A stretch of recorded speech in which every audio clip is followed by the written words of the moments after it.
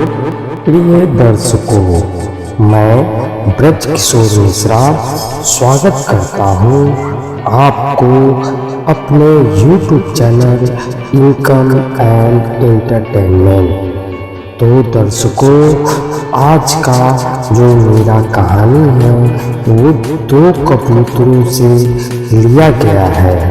ये कहानी आपको सुनने के बाद अगर आप अमल में अपने जीवन में उतारेंगे तो आप कहीं भी जाके रहिए, कभी भी दुख आपके आसपास भी नहीं भटकेगा। कभी भी किसी भी चीज़ की ज़रूरत पड़ेगी वो अपने आप पूरा होते चला जाएगा। तो दर्शकों, आज हम ये जो कहानी सुनाने वाले हैं आप लोग बहुत गंभीरता से और ध्यान से सुनिएगा। तो दोस्तों, ये जो कहानी हम चालू कर रहे हैं उससे पहले अगर आप मेरे चैनल पे नए हैं तो कृपया करके मेरे चैनल को लाइक और सब्सक्राइब करें और इसके साथ साथ हमारे इस चैनल को ज़्यादा से ज़्यादा लोगों में शेयर करें, जिससे कि उनको भी इस कहानी के बारे में पता चले, तो वो भी अपने जीवन को बदल सकते हैं।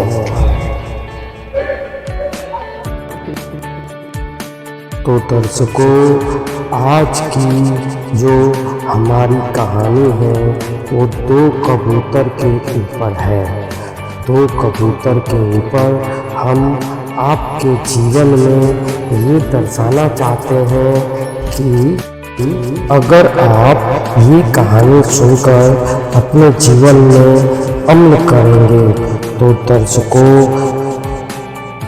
मैं बता रहा हूँ कि बिल्कुल कभी भी दुखी नहीं होंगे।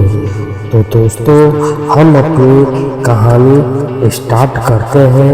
कबूतर की ये 3 बातें अपने जीवन में उतार लीजिएगा। भिखारी भी अगर जो कोई होगा वो राजा बनने लगेगा। तो दोस्तों, ये 3 बातें क्या है मैं अपने कहानी के जरिए आपको बताने जा रहा हूँ। तो प्रिय दर्शकों, एक किसी पेड़ पे 2 कबूतर रहते थे। दोनों कबूतर बहुत हंसी खुशी से रहा करते थे। अब एक दिन की बात है कि बारिश होने लगी। बारिश इतनी तेज थी कि दोनों कबूतर उस वृक्ष के खोखले में आकर के बैठ गए। तो दर्शकों, बारिश में भीगते हुए एक और कबूतर उसी पेड़ पे आता है, उसी घोंसले में जाने की कोशिश करता है। अब वो दोनों कबूतर उस तीसरे कबूतर को बोलते हैं कि ये कबूतर, इसमें अब जगह नहीं है, हम आपको इसमें नहीं रख सकते हैं, नहीं बिठा सकते हैं। फिर वो तीसरा कबूतर बोलता है कि मुझे दोस्त अपने घोंसले में जगह दो, क्योंकि मैं बारिश में बहुत ज़्यादा गीला हो चुका हूँ। और इतना बोल के वो उसी घोंसले में जाके कबूतर के ऊपर ही बैठ जाता है। अब जो पहले वाला कबूतर होता है वो उसको धक्का मार के बाहर गिरा देता है। फिर वो तीसरा कबूतर वहाँ से उठता है, उठ करके फिर दोबारा उड़ के और फिर उसी घोंसले में जाके बैठ जाता है। जब वो घोंसले में फिर से बैठता है तो फिर दूसरा कबूतर उसको धक्का मार के नीचे गिरा देता है। अब वो क्या करे? फिर वो कबूतर लास्ट में 2-3 बार 4 बार ऐसे ही करते रहा, उड़ के नीचे गिरता, उड़ के फिर उसी के घोंसले में जाके बैठ जाता। फिर वो कबूतर धक्का दे के उसको बाहर गिरा देता। अब वो कबूतर क्या करे? अब जो तीसरा कबूतर है जो बार बार उड़ के पहले कबूतर के पास और घोंसले में जाके बैठता था, वो तंग आके उसको जो तीसरा कबूतर पहले कबूतर को बोला कि तुम दोनों मूर्ख हो, और वहाँ से उड़ के चला जाता है। फिर जब दोनों कबूतर पति पत्नी रहते हैं, वो दोनों पति से कहती है कि हे पतिदेव, ये जो कबूतर हमें बोल के गया है कि तुम दोनों मूर्ख हो, तो ये मूर्ख जो होता है, मूर्ख होता क्या है? फिर कबूतर अपनी धर्म पत्नी से कहता है कि प्रीतम, मैं मूर्ख क्या होता है बताता हूँ। वो अपनी पत्नी को एक कहानी सुनाता है और बोलता है कि तुम इस कहानी को गौर से सुनो और मेरी बातों को ध्यान दो। फिर वो कहानी स्टार्ट करता है। किसी गांव में एक सेठ रहते थे। सेठ के पत्नी और एक बच्चे थे। उनकी पत्नी के एक बच्चे और एक बहू भी थे साथ में। एक दिन की बात है कि बच्चे की जो पत्नी होती है वो नहाने जाती है और घर पर कोई नहीं रहता है। फिर अब रास्ते से चलते चलते 3 यात्री उसके घर के दरवाजे पर आते हैं। अब बहुत दूर से चल के आए हुए उन यात्रियों ने सोचा कि यही सामने के घर से कुछ प्यास बुझाने के लिए पानी मिल जाए। अब वो यात्री को जो बहू होती है सेठ की, वो तो नहाती रहती है। अब ये यात्री बाहर से ही बोलता है कि कोई है, मुझे कोई पानी पिला दे। अब उनकी बहू जो बोलती है वो ये बोलती है कि आप कौन हो? तो पहले यात्री बोलता है कि मैं यात्री हूँ, मुझे पानी पीना है, मुझे आप जल्दी से पानी पिला दीजिए। फिर बहू बोलती है कि यात्री 2 प्रकार के होते हैं, आप कौन से यात्री हो? पहले मुझे ये बताओ, फिर मैं आपको पानी पिलाऊंगी। तब उस यात्री ने कोई जवाब नहीं दिया। फिर वो चुपचाप खड़ा हो गया। अब दूसरी यात्री ने बोला कि मैडम, मुझे पानी पिला दो। अब बहू बोलती है अंदर से कि आप कौन हो? तो दूसरा व्यक्ति बोलता है कि मैं अनपढ़ गंवार आदमी हूँ, मुझे बहुत जोर से प्यास लगी है, कृपया करके मुझे पानी पिला दीजिए। फिर बहू बोलती है कि अनपढ़ गंवार 2 प्रकार के होते हैं, आप इन दोनों में से कौन से हो? फिर वो भी कुछ जवाब नहीं दे पाए, वो भी चुप खड़े रह गए। अब तीसरा व्यक्ति बोलता है कि मैं मूर्ख हूँ, मुझे बहुत जोरों से प्यास लगी है, नहीं तो मैं वहीं दम तोड़ दूंगा। फिर अंदर से बहू बोलती है कि मूर्ख 2 प्रकार के होते हैं, आप कौन से मूर्ख हो?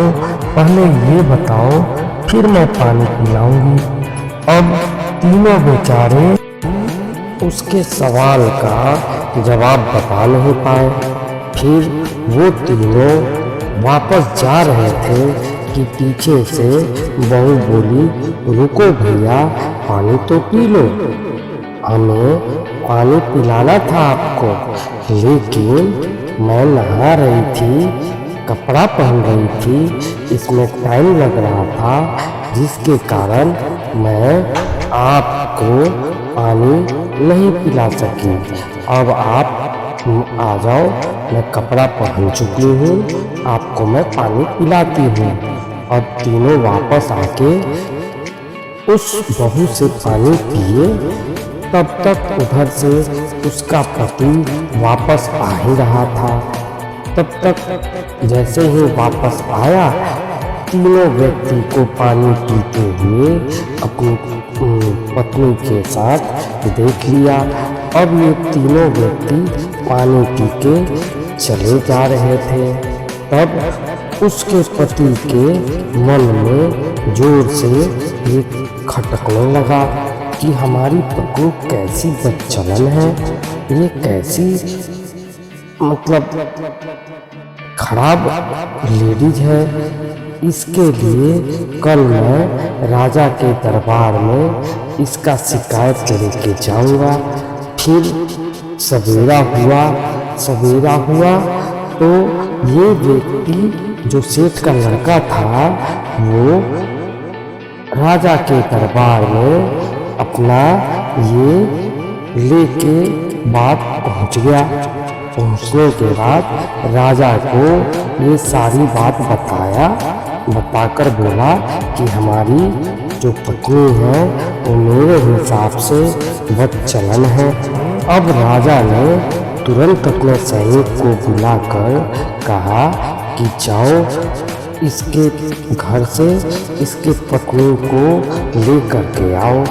अब सैनिक राजा का आज्ञा मानकर सेठ के घर गए और उनके बहू से कहे कि हे आपको हमारे राजा साहब दरबार में पेश होने का आज्ञा दिए हैं। फिर सेठ की बहू बोली, अब अपने राजा से पूछ आओ कि वो मुझे पत्नी के रूप में देखना चाहेंगे कि बेटी के रूप में देखना चाहेंगे कि माँ के रूप में देखना चाहेंगे। अब जो सैनिक थे वो वापस राजा के पास गए। फिर राजा को वो ये बात बताया।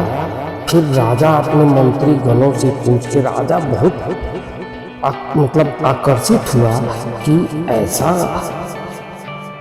विपरीत क्वेश्चन सवाल पूछने वाला वो ऐसी कौन सी औरत है। उसको बहुत जिज्ञासा हो गया देखने का। अब राजा मंत्रीगण से पूछ के मंत्रीगण बोले उसके राजा के कि उसको बहू के रूप में बुलाइए। फिर राजा ने सैनिकों को बोला, जाओ आप लोग उसको बहू के रूप में लेके आओ। फिर सैनिक पालकी लेके गए। पालकी में उस बहू को बिठाए और फिर राजा के समीप लेके आए। फिर पालकी से निकल के बहू राजा के समीप जाती है। फिर राजा को प्रणाम करती है। फिर राजा ने उसके ऊपर लगाए गए इल्जाम के बारे में उसके बहू को राजा बताता है कि तुम्हारे ऊपर बहुत गंभीर इल्जाम तुम्हारे पति ने लगाया है, तुम बदचलन हो। अपने आदमी को बाहर जाने के बाद किसी गैर व्यक्ति के साथ बात करती हो। अब बेचारी बहू क्या करती। अब राजा को बोली कि राजा जी ऐसी अपनी जो भी अपनी कहानी को राजा के सामने प्रकट करती। अब राजा जैसे ही इन कहानी को सुना, फिर उससे बोला कि ये जो तुम्हारे प्रश्न है उसके मुझे उत्तर चाहिए, और उत्तर अगर जो नहीं दोगी तो मैं तुमको छोड़ूंगा नहीं। राजा ये तीनों प्रश्न के उत्तर के लिए बहुत सोच में पड़ गए। बहुत मंत्रियों से पूछ लिए, किसी के पास भी इन तीनों प्रश्न का उत्तर नहीं था। उस बहू का पहला प्रश्न था पहले व्यक्ति से कि यात्री दो प्रकार के होते हैं, तुम कौन से यात्री हो। फिर दूसरे व्यक्ति से उसका जो प्रश्न था वो अनपढ़ गवार दो तरह के होते हैं, तुम कौन से अनपढ़ गवार हो? और तीसरे व्यक्ति से जो प्रश्न था वो था, मूर्ख दो प्रकार के होते हैं, तुम कौन से मूर्ख हो? अब राजा इतना उत्साहित था इस उत्तर को ढूंढने के लिए, जानने के लिए कि व्याख्या नहीं कर सकते हम। अब राजा बोला कि तुम मुझे बताओ। बहू बोली, राजा साहब इतनी आसानी ये उत्तर नहीं है, आपको ये बड़ा उत्तर मैं दूंगी, लेकिन इसके लिए आपको बड़ा काम करना पड़ेगा। राजा बोला, बड़ा काम करेंगे, तुम हमको इसका उत्तर दो, मैं तुमको आधा राजपाट दे दूंगा। फिर बहू बोली, ठीक है महाराज, कल सुबह मैं आपको इसका उत्तर दूंगी। यहाँ कबूतर अपनी पत्नी से कहानी सुनाते हुए बोला, ध्यान से सुनना प्रीतम, तीनों सवाल के बहुत बड़े उत्तर हैं। कबूतर बोली, सुन रही हूँ महाराज, सुन रही हूँ, सुनाते रहे आप। फिर उस बहू को सुबह दरबार में पेश किया गया। फिर बहू ने पहले प्रश्न का उत्तर दिया, यात्री दो प्रकार के होते हैं, पहला सूरज और दूसरा चांद, जो डेली चलते रहते हैं, कभी नहीं थकते हैं। तो हमारा ये पहला प्रश्न हो गया, पहला प्रश्न का उत्तर हो गया। दूसरा प्रश्न था, मेरी जो दूसरा प्रश्न था वो ये था कि अनपढ़ और गंवार दो प्रकार के होते हैं। तो दूसरा प्रश्न का उत्तर अन्न और जल है। अन्न और जल एकदम अनपढ़ और गंवार होते हैं। अन्न का स्वादिष्टता जो है, स्वाद, चाहे वो राजा हो, चाहे वो गरीब हो, चाहे वो भिखारी हो, सबके जीभ पे मुंह पे जाके अन्न का स्वाद एक ही होता है। तो उससे बड़ा कोई अनपढ़ गंवार नहीं है। और पानी भी जो है, राजा भी पिएगा तो उसको स्वाद ऐसे ही लगेगा, और भिखारी भी पिएगा तो उसको स्वाद सेम लगेगा। तो अन्न और जल सबसे बड़ा अनपढ़ और गंवार है। तीसरा जो हमारा सवाल था वो था, मूर्ख दो प्रकार के होते हैं। मूर्ख दो प्रकार के होते हैं। वो दो मूर्ख किस प्रकार के होते हैं? पहला मूर्ख मेरा पति। मेरा पति जो है वो पहला मूर्ख है, जो कि हमारे घर का बात किसी दूसरे से, किसी राजा से, किसी और से जा करके कहता है। वो हमसे भी बात नहीं करता, हमसे पूछता तो मैं खुद ही बता देता कि वो सब कौन थे, यात्री थे, न कि मेरा कोई जानने वाले थे। तो पहला मूर्ख तो हमारे पति हो गए, और दूसरा मूर्ख राजा साहब आप हो। अब राजा साहब की हालत खराब होने लगी। राजा साहब को उसने मूर्ख बता दी। अब राजा साहब क्या करते? अब तो वो तीनों सवाल का उत्तर दे बैठी थी, उसका आधा राजपाट पे हक हो चुका था। और फिर क्या करता राजा ने उसको सहज सम्मान से अपने आधा राजपाट दे करके उसको अलविदा कहा। तो दोस्तों, हमारी कहानी कैसी लगी कबूतर की? बहुत बहुत धन्यवाद।